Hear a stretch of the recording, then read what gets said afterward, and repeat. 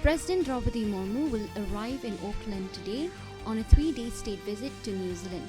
She is visiting New Zealand at the invitation of Governor-General of New Zealand, Dame Cindy Kiro. Bangladesh President Mohammad Shahabuddin has appointed Nobel laureate Muhammad Yunus as head of an interim government. The 10th National Handloom Day is being observed across the country today. On the occasion, the event is being organized at Vigyan Bhavan in New Delhi, and Vice President Jagdeep Dhankar is attending the event.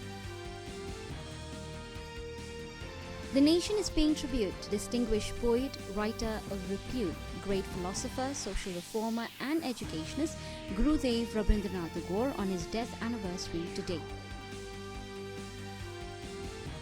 In an unfortunate event for India at Paris Olympics, wrestler Vinesh Phogat was disqualified from the 50 kg freestyle wrestling for being overweight by a few grams after she stormed into the final bout.